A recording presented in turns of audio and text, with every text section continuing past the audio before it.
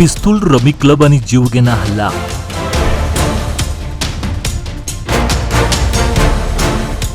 Police आयुक्तालयापासून हाकेच्या अंतरावर गोळीबाराचा थरार. बेळगावच्या कायदा सुव्यवस्थेवर पुन्हा प्रश्नचिन्ह. बेळगाव शहरातील कॅम्प परिसरातील युनियन जिमखाना येथे रात्रीच्या वेळी घडलेल्या शस्त्रधारी हल्ल्याच्या प्रकाराने शहरातील कायदा व सुव्यवस्थेबाबत गंभीर प्रश्न निर्माण झालेत. गेल्या काही दिवसांपासून या ठिकाणी रमी क्लब सुरू असून नेहमीप्रमाणे मंगळवार दिनांक 14 जुलै रोजी रात्री मोठ्या संख्येने नागरिक रमी खेळत होते. रात्री सुमारे 9 वाजण्याच्या सुमारास तिघे अनोळखी तरुण क्लबमध्ये दाखल झाले. त्यापैकी दोघांच्या हातात पिस्तूल असल्याचं प्रत्यक्षदर्शींनी सांगितले.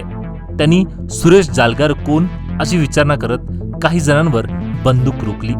गोळी झाडण्याच्या प्रयत्नादरम्यान एका पिस्तुलामधील जिवंत काडतूस खाली पडल्याने क्लबमध्ये एकच गोंधळ उडाला. या घटनेनंतर संबंधितांनी हवेत गोळीबार केला की नाही याची खातरजमा पोलीस करत आहेत. माहिती मिळताच पोलीस आयुक्त भूषण बोरसे, पोलीस उपायुक्त नारायण बर्मनी, सहाय्यक पोलीस आयुक्त BS मंटूर, कॅम्प पोलीस आणि CCBचे पथक घटनास्थळी दाखल झाले. प्रत्यक्षदर्शीकडून वेगवेगळी माहिती मिळाल्याने नेमका घटनाक्रम उलगडण्यात पोलिसांना अडचणी येत आहेत. ठसे तज्ज्ञांनाही प्राचारण करण्यात आले असून घटनास्थळावरील पुरावे संकलित करण्यात येत आहेत. शस्त्रधारी संशयित मराठीत बोलत होते आणि ते शिनोळीच्या दिशेने पसार झाल्याचा प्राथमिक अंदाज व्यक्त करण्यात आला आहे.